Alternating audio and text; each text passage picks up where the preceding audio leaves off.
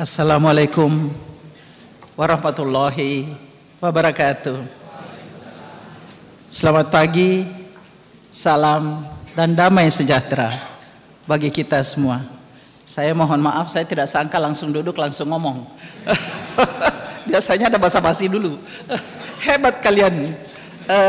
Ternyata GM memang beda.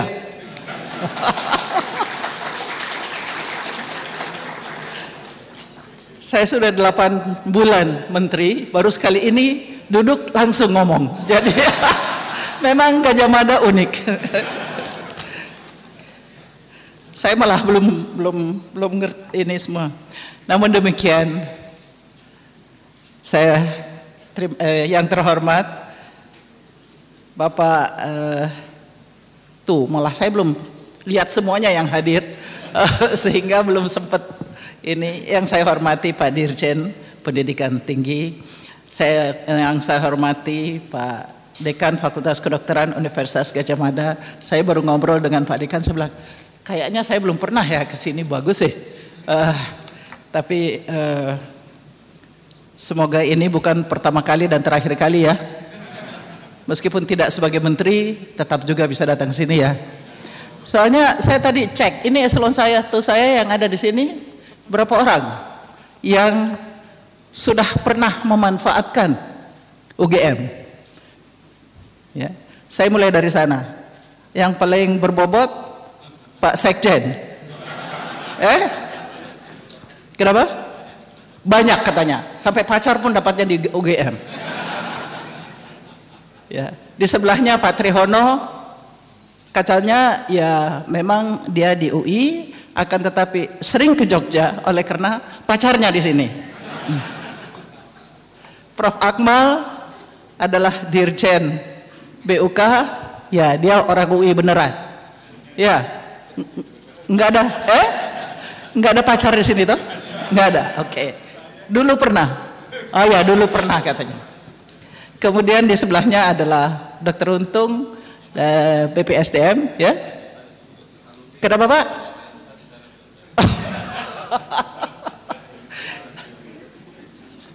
Jadi memang saya bilang kalau sudah di Kementerian Kesehatan yang mesti jadi role model ya, healthy lifestyle, udah nggak boleh gemuk gitu, nggak boleh overweight. Nah, kami atas inisiatif Pak Sekjen itu diperiksa semuanya, termasuk kolesterolnya, diabetesnya, gula darahnya, tensinya, segala pokok penyakit tidak menular. Dan ternyata kami nih sebagian besar overweight, termasuk aku. Jadi terpaksa menteri keluarkan peraturan tidak boleh gemuk kalau di Kementerian Kesehatan.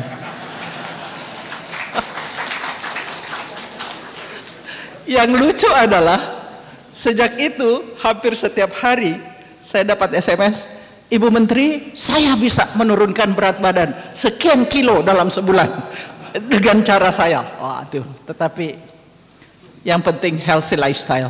Jadi Pak Sekjen sudah mengatur bahwa kita harus olahraga, harus diet, dan juga harus nyanyi-nyanyi dan berdansa untuk bisa healthy lifestyle. Jadi sehat secara fisik, secara mental maupun sosial, insya Allah. Baik, saya terlalu banyak ngomong, tapi hadirin yang saya banggakan dan saya muliakan. Tidak putus-putusnya saya mengajak kita sekalian untuk memanjatkan puji syukur kehadirat Tuhan Yang Maha Kuasa atas rahmat dan karunia-Nya, sehingga kita dapat mengikuti Annual Scientific Meeting tahun 2013 dengan tema Sinergi Rumah Sakit Pendidikan dan Fakultas Kedokteran menyongsong pelayanan era jaminan kesehatan semesta (Jamkesta) dan BPJS atau Badan Penyelenggara Jaminan Sosial. Karena ini kunjungan saya pertama secara resmi ke Universitas Gajah Mada, perkenankan saya untuk menyampaikan terima kasih dan apresiasi saya kepada Universitas Gajah Mada atas seluruh sumbangsi saudara-saudara. Saya tahu betapa banyaknya, betapa besarnya jasa UGM terhadap pembangunan kesehatan di Indonesia ini. Tidak hanya atau mungkin paling penting penyediaan sumber daya manusia yang selama 31 tahun ini lewat pendidikan di Universitas Gadjah Mada, saya kira telah memberikan sumbangan yang sangat positif dalam pembangunan kesehatan bangsa kita. Untuk itu perkenankan saya menyampaikan terima kasih dan apresiasi saya dari lubuk hati saya yang sedalam-dalamnya. Saya juga sampaikan apresiasi kepada Fakultas Kedokteran Universitas Gadjah Mada atas prakarsanya menyelenggarakan pertemuan dengan tema yang aktual dan sangat relevan dengan upaya pemerintah bersama masyarakat yang sedang menyiapkan pelaksanaan jaminan kesehatan nasional. Kesempatan yang baik ini juga saya gunakan untuk menyampaikan selamat memperingati Dies Natalis ke-67 Fakultas Kedokteran Universitas Gadjah Mada. Saya doakan semoga Fakultas Kedokteran UGM bersama seluruh sivitas akademikanya selalu sukses dan senantiasa menghasilkan karya-karya besar yang bermanfaat bagi bangsa Indonesia dan seluruh umat manusia di dunia. Saudara-saudara, pada 1 Januari 2014, insya Allah kita memang akan memasuki babak baru dalam pelaksanaan sistem pelayanan kesehatan di Indonesia. Dengan dimulainya pelaksanaan Jaminan Kesehatan Nasional atau JKN sesuai amanat Undang-Undang Nomor 40 Tahun 2004 tentang Sistem Jaminan Sosial Nasional dan Undang-Undang Nomor 24 Tahun 2011 tentang Badan Penyelenggara Jaminan Sosial atau BPJS. Selanjutnya akan dilakukan peningkatan cakupan jaminan kesehatan secara bertahap dan pada tahun 2019 insya Allah akan terwujud jaminan kesehatan semesta atau Universal Health Coverage. Saat ini kita, masyarakat bersama pemerintah sedang melakukan langkah-langkah persiapan yang mencakup antara lain penyiapan regulasi, pemenuhan kebutuhan sarana dan prasarana, sumber daya termasuk sumber daya manusia, dan sosialisasi. Kelak dengan terwujudnya jaminan kesehatan semesta pada tahun 2019, insya Allah seluruh penduduk Indonesia akan mempunyai jaminan kesehatan yang berarti, dapat memperoleh pelayanan kesehatan yang komprehensif dan bermutu tanpa kendala biaya. Saudara-saudara, saya ingin menekankan komprehensif dan bermutu. Oleh karena saya sudah keliling lebih dari 20 provinsi dan ada banyak sekali yang menganggap bahwa jaminan kesehatan nasional kita sama dengan pengobatan gratis. That's not so. Bukan itu maksudnya. Ya. Jaminan kesehatan kita per undang-undang tidak hanya kuratif, akan tetapi secara komprehensif, mulai dari promotif, preventif, kuratif, rehabilitatif, sehingga dengan demikian komprehensif dan bermutu. Inilah yang kami tadi bahas di dalam ruangan juga. Oleh karena saya terus terang risau sekali melihat bahwa sebagian besar pikiran di daerah itu ke arah kuratif. Yang mau disiapkan adalah selalu rumah sakit, spesialis di mana-mana, mintanya dokter, perawat, bidan, tapi semua kuratif. Bahkan waktu saudara-saudara barangkali ikut hebohnya kami di Jakarta soal bayi Dera yang katanya ditolak oleh rumah sakit. Sekali lagi itu bohong, tidak benar. Tidak ada rumah sakit yang tolak. Akan tetapi usul para politisi langsung adalah tambah rumah sakit, tambah tempat tidur, termasuk tambah tempat tidur di puskesmas. Sedangkan kita justru dalam rangka persiapan BPJS ini mengharapkan suatu sistem rujukan yang berjenjang dengan pelayanan kesehatan dasar, rujukan pertama, rujukan kedua, dan sebagainya.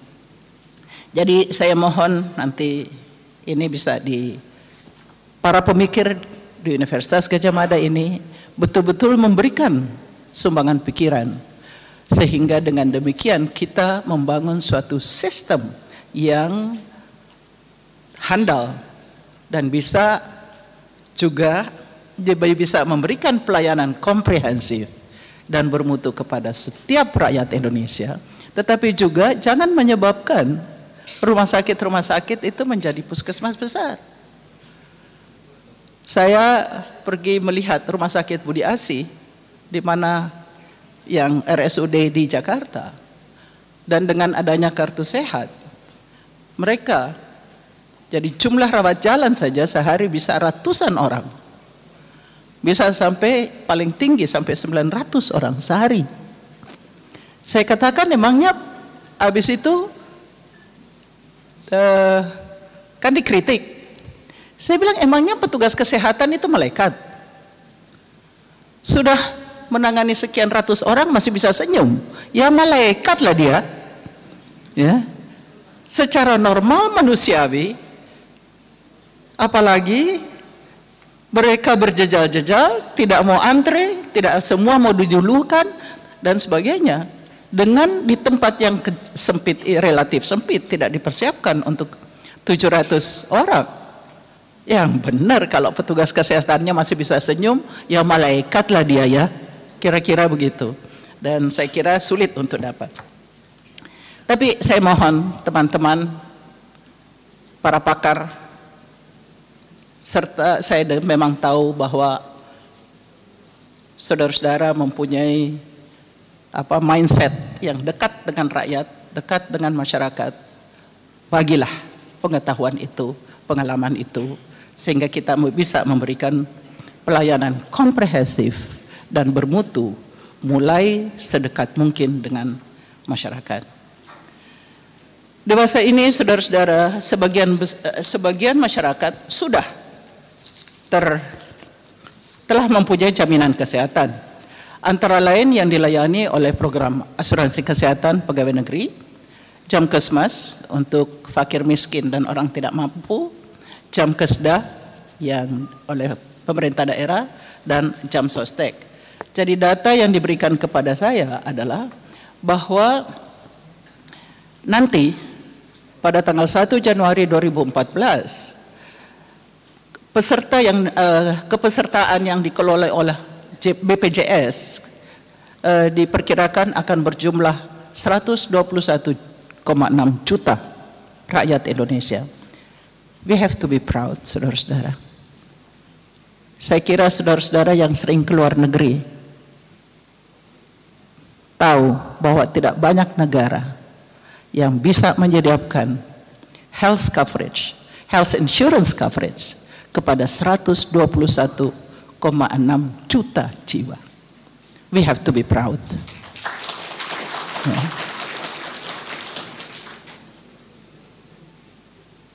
Yang dikelola oleh asuransi lainnya seperti Jamkesda dan perusahaan-perusahaan lain berjumlah kira-kira 50 juta, sehingga totalnya pada tahun 2014 insya Allah sebanyak 69,9% dari seluruh penduduk sudah akan tercover, dan jumlahnya adalah 171,6 juta jiwa. Ini saya ajak supaya kita semua berusaha supaya ini bisa terlaksana. Oleh karena betul tidak banyak negara di dunia yang mempunyai insurance health coverage sebesar 171,6 juta penduduk. Pada tahun 2012, coverage yaitu tahun lalu itu mencapai 128 juta jiwa dengan berbagai model jaminan Jadi ada yang Jamkesmas untuk fakir miskin dan orang tidak mampu yang dikelola oleh Kementerian Kesehatan, itu pun nanti mulai 1 Januari sudah tidak lagi dikelola oleh Kementerian Kesehatan, akan tetapi oleh BPJS, Askes, PNS, untuk pegawai negeri sipil, pensiun, veteran, TNI, Polri, dan Jamkesda itu berjumlah 39 juta, dan asuransi-asuransi lain. Jadi, saudara-saudara, we can be proud. Tentu penting adalah mutu. Oke? Dan mutu pelayanan, inilah yang harus menjadi concern kita. Saya tidak tahu kenapa orang kok tahu semua saya punya nomor HP. Itu tiap hari saya di SMS. Kalau ada yang mendapat pelayanan yang tidak baik, dari apakah Jamkesda, apakah Jamkesmas, apakah apa, ada rumah sakit ditolak, saya di SMS. Saya heran juga, oleh karena seharusnya nggak gitu ya. Menteri Kesehatan nggak boleh urus orang perorangan ya, benar nggak?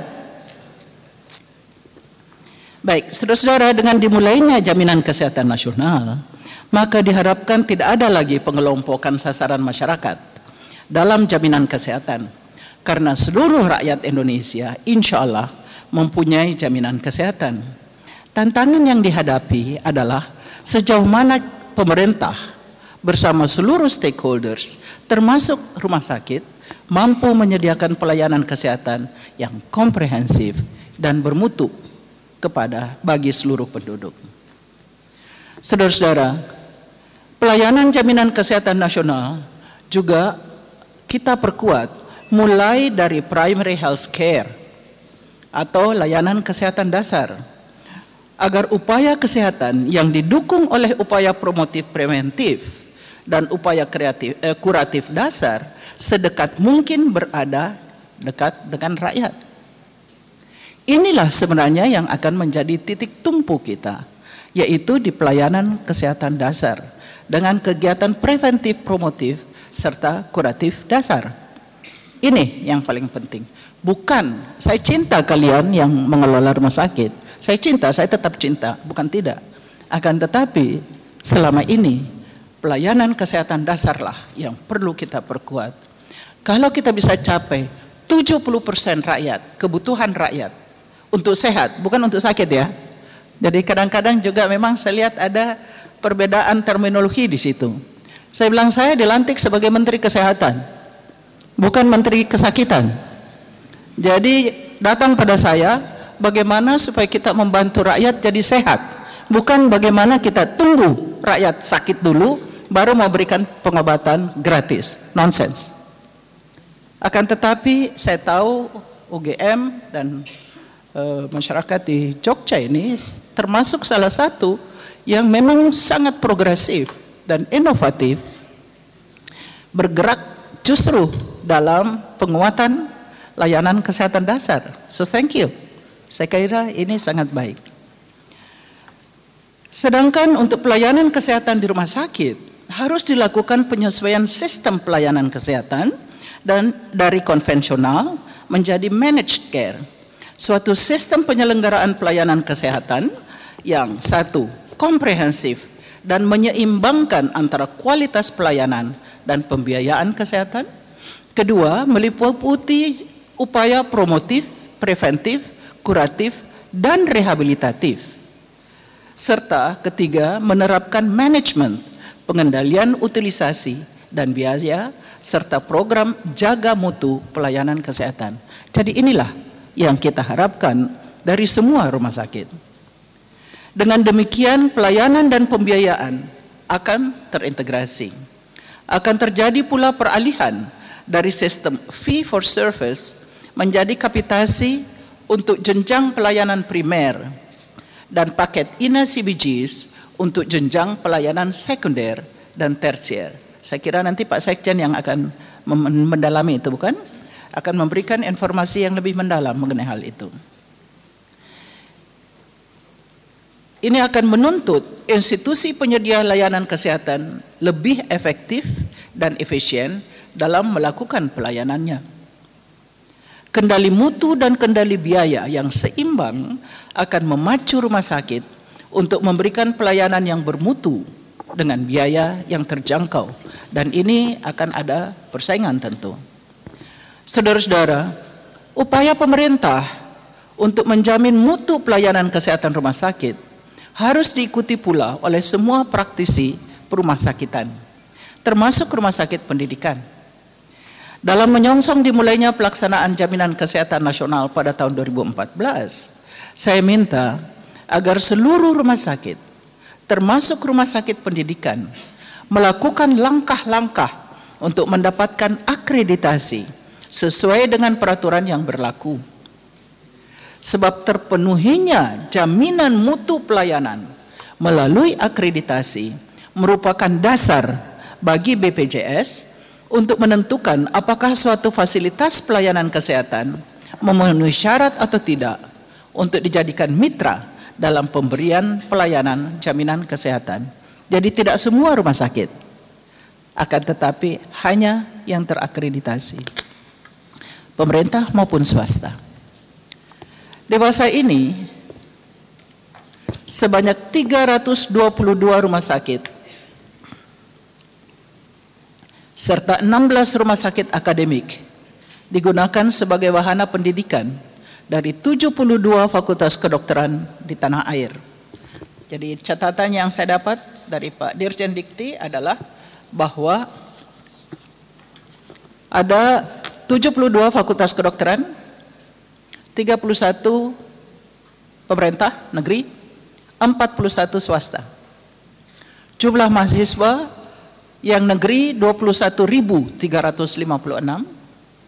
sedangkan swasta 24.746. Sedangkan dokter yang dihasilkan tiap tahun, memang tahun lalu yang melamar untuk internship berjumlah 7.700, tahun ini 5.500. Akan tetapi saya juga diberitahu bahwa masih ada 60 fakultas kedokteran yang sampai sekarang belum menghasilkan dokter. Jadi 60 yang sudah, 12 yang belum. Oke. Jadi 12 fakultas kedokteran yang masih dalam proses dan mereka pun akan menghasilkan dokter. Jadi saya kira kita bisa memperhitungkan, saudara-saudara yang pintar-pintar di depan sini sudah bisa menghitung, kalau semua fakultas kedokteran itu sudah menghasilkan dokter, maka memang setahun kita akan ada produksi dokter sekitar 7.000 sampai 8.000 orang. Yang pensiun tidak tiap tahun tidak sampai 2.000. 1.000 lebih saja yang pensiun. Jadi, saudara-saudara, kita sekarang menghadapi bukan hanya jumlah. Yang paling malah mungkin jumlah sudah di beberapa provinsi yang saya kunjungi, jumlah dokter sudah jauh melebihi standar yang kita katakan 40 dokter per 100.000 penduduk. Jauh melampaui. Masalah yang kita hadapi sekarang, satu adalah persebaran, distribusi. Kedua adalah mutu. Dan di sini peran penting sekali dari teman-teman di Fakultas Kedokteran dan Rumah Sakit Pendidikan. Oke. Jadi memang satu provinsi yang saya kunjungi minggu lalu, dari sekian kabupaten kota ada 5 yang tidak ada dokter spesialis. Akan tetapi di ibu kota provinsi ada 3 rumah sakit dan 1 rumah sakit mempunyai spesialis lebih dari 30 orang. Tetapi ada 5 kabupaten kota yang tidak ada spesialis. Nah, bagaimana Fakultas Kedokteran bisa mengembalikan lagi jiwa pengabdian ini kepada adik-adik kita yang baru tamat? Kenapa mereka takut? Sedangkan saya sendiri melihat sama sekali tidak terlalu terpencil banget gitu loh. Ada jalan. Tetapi silahkan saya mohon Dirjen Dikti, para dekan Fakultas Kedokteran, para dosen, coba kumpul dan bicara. What is happening? Apakah dokter-dokter muda kita betul tidak punya semangat juang lagi? Tidak punya idealisme lagi? Atau kita yang keliru di dalam mendidik dokter-dokter baru? Kenapa mereka tega di satu rumah sakit ada 50 spesialis dan mereka berkelahi lagi? Ya bisa masuk akal. Di rumah sakit di mana dulu saya satu-satunya spesialis, sekarang ada 51 spesialis dan berkelahi pula. Ya. Bisa tolong tidak usah saya diganggu kalau saya lagi itu. Ya, terima kasih. Baik, saya lanjutkan rupanya ini. Jadi, saudara-saudara, seluruh fasilitas pelayanan kesehatan ini tentu yang ada 72 fakultas kedokteran ya tadi ya, disiapkan menjadi rumah sakit pendidikan. Saat ini baru 43 rumah sakit pendidikan di seluruh Indonesia, sedangkan fakultas kedokterannya ada 72. Ya, jadi masih jauh. Yang telah memenuhi persyaratan sesuai keputusan Menteri Kesehatan nomor 1069 tahun 2008 tentang pedoman klasifikasi dan standar rumah sakit pendidikan. Namun saya berterima kasih sekali lagi kepada Universitas Gadjah Mada yang sudah saya tahu membina rumah-rumah sakit di Indonesia bagian timur.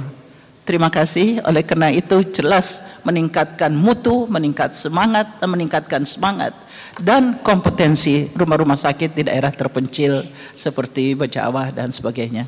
Terima kasih sekali lagi.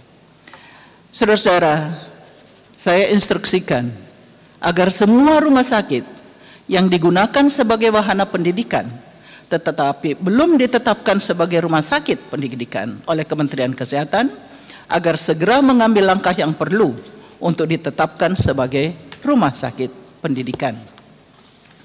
Pada kesempatan yang baik ini saya juga minta agar saudara-saudara para pengelola rumah sakit pendidikan dan fakultas kedokteran merubah mindsetnya agar dapat berpikir secara komprehensif, berani melakukan pendekatan inovatif dan bersikap partisipatif dalam menyongsong pelaksanaan jaminan kesehatan nasional.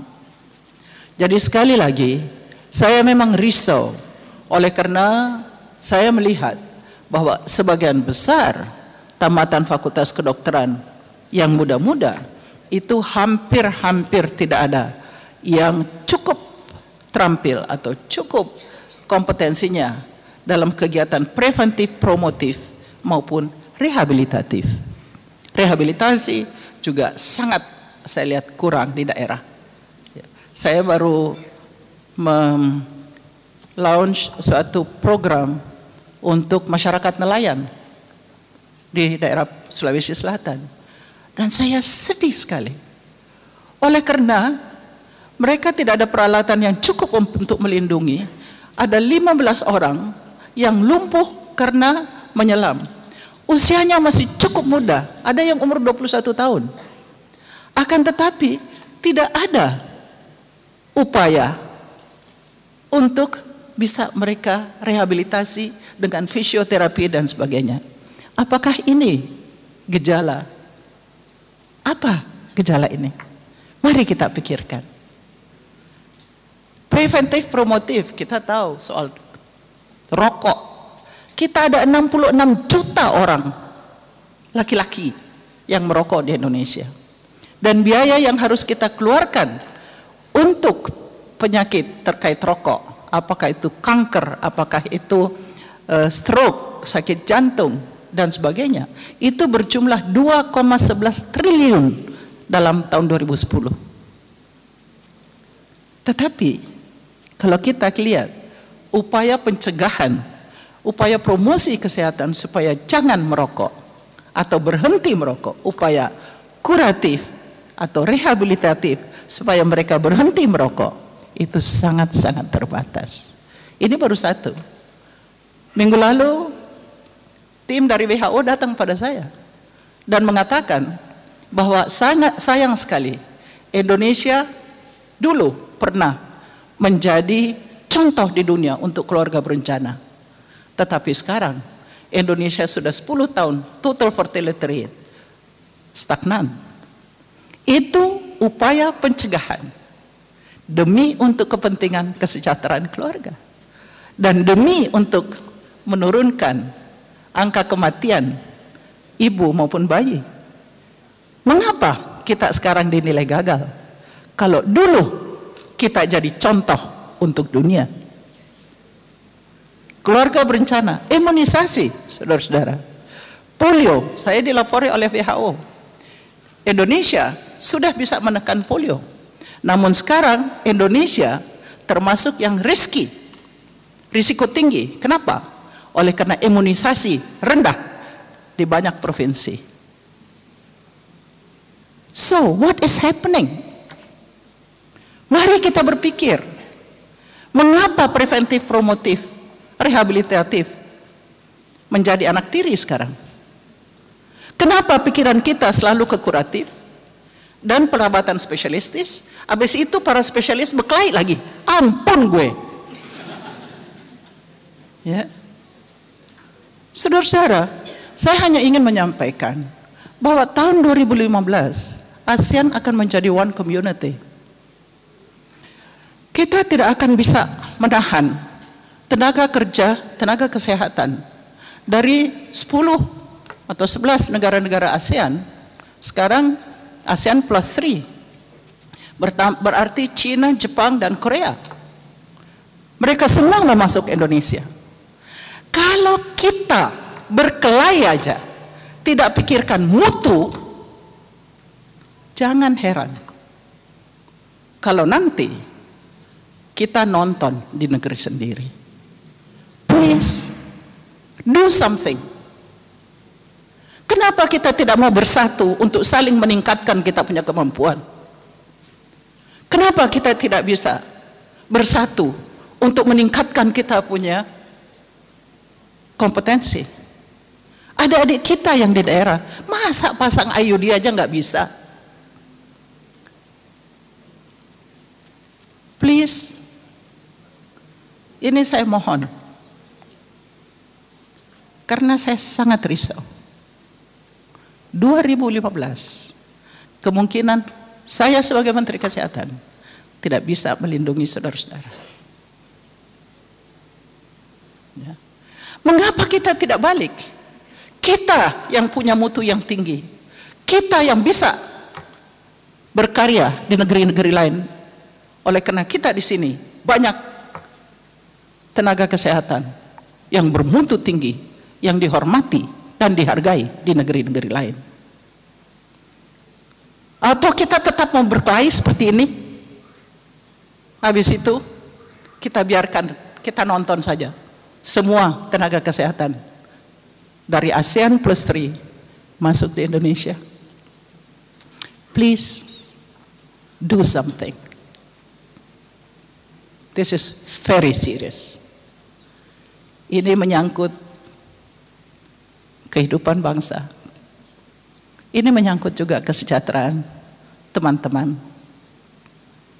tenaga kesehatan, semua tenaga kesehatan.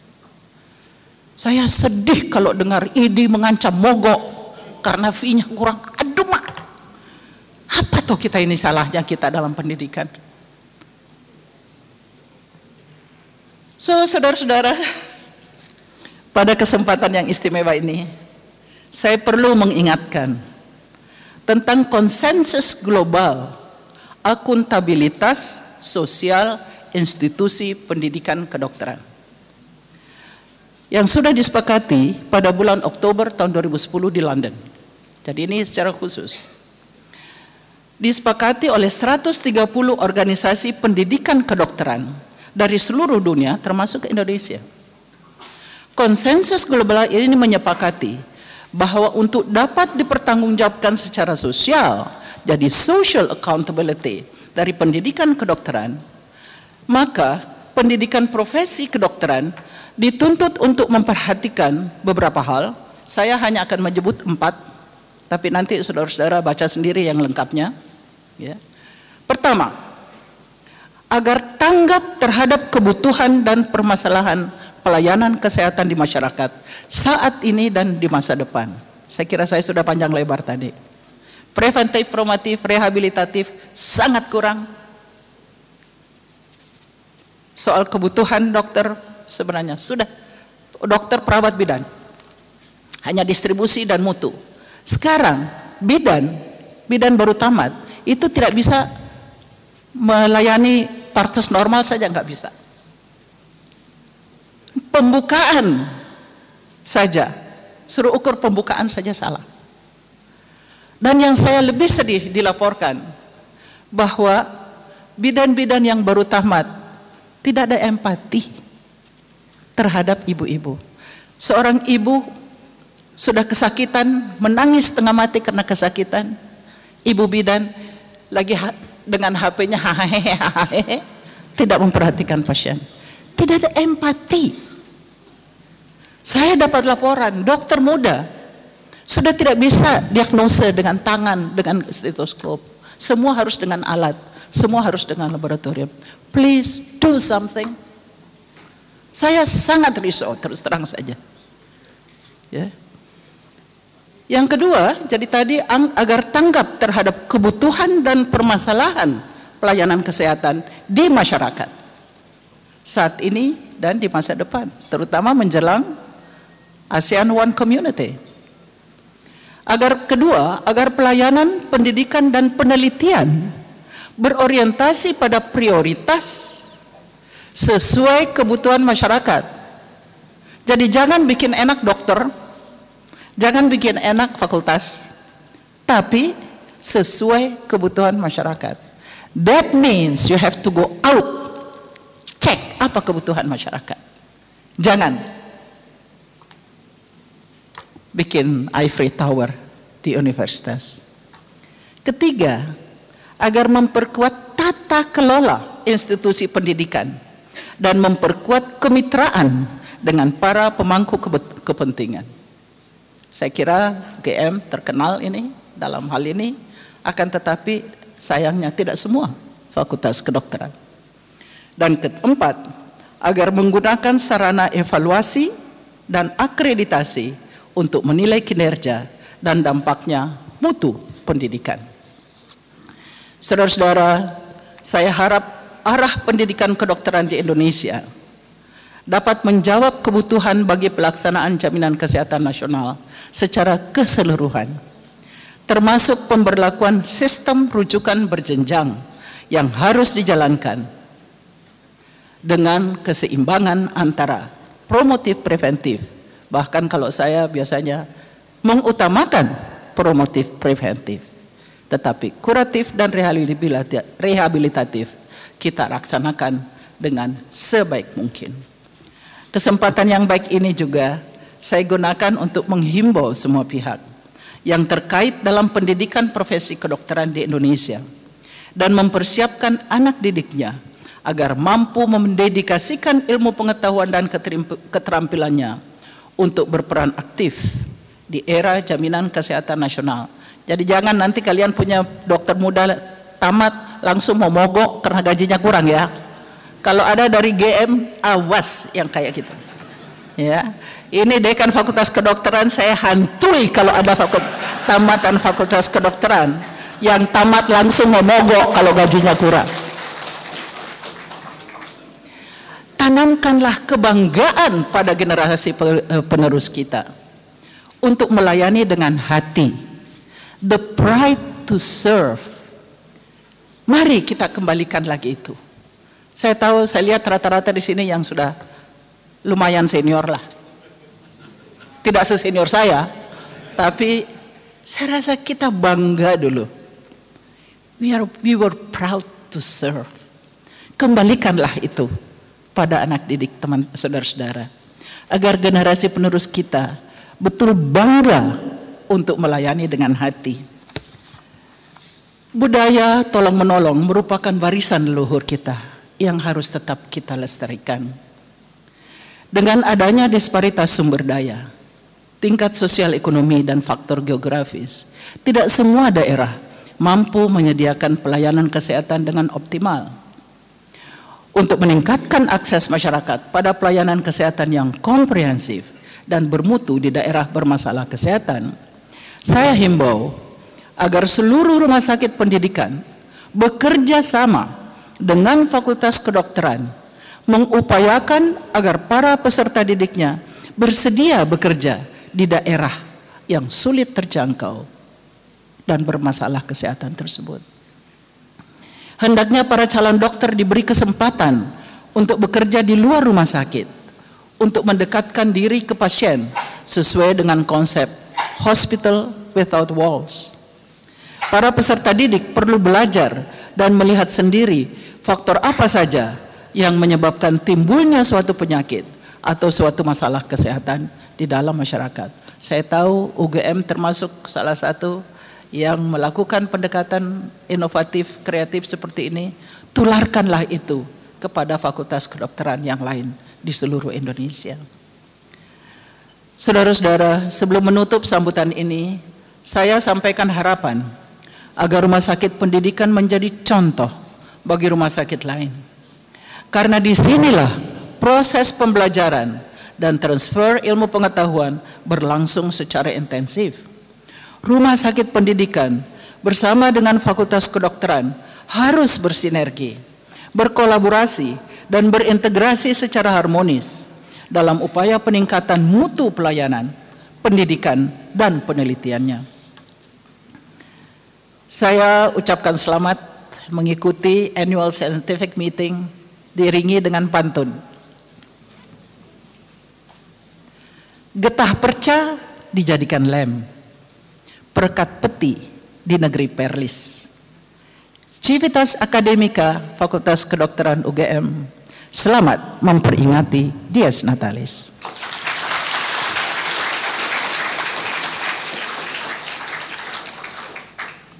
Buah durian jangan dipetik, akan dijaga para pengawal.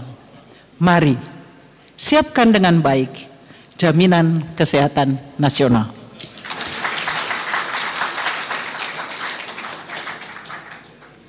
Mendayung rakit menuju pekan, berjualan mawar, berpakaian serasi. Segenap rumah sakit pendidikan penuhi standar dan akreditasi.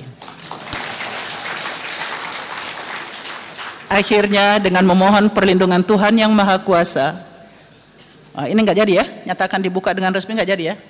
Saya ucapkan selamat annual scientific meeting Fakultas Kedokteran Universitas Gadjah Mada 2013.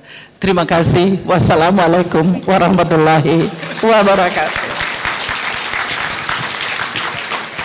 Dilanjutkan dengan penyerahan souvenir dari Fakultas Kedokteran UGM ke Ibu Menteri Kesehatan. Dipersilahkan kepada yang terhormat Bapak Rektor UGM, kemudian Bapak Dekan, dan Ketua ASM dimohon untuk ke depan. Untuk apa?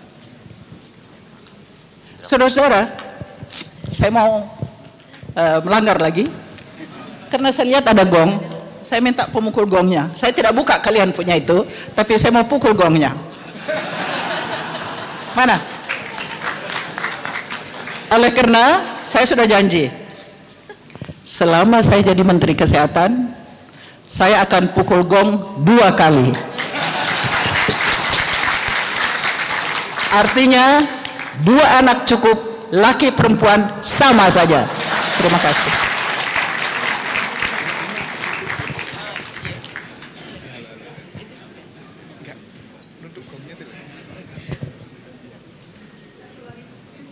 Lagi janji saya, kalau pukul gong harus ada gender balance. Saya nggak mau kalau hanya laki-laki. Saya minta ada perempuan juga maju ke depan. Silakan Bu. Apaan? Oh, zaman gini masih laki-laki melulu. Menteri Kesehatan tidak ada seks ya.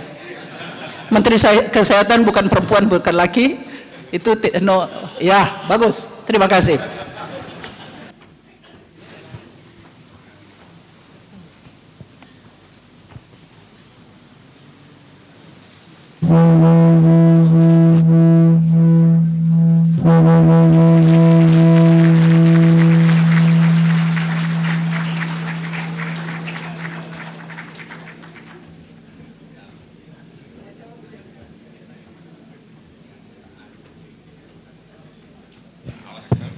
Dilanjutkan dengan penyerahan souvenir. Dipersilahkan kepada Bapak Rektor Universitas Gadjah Mada untuk menyampaikan souvenir.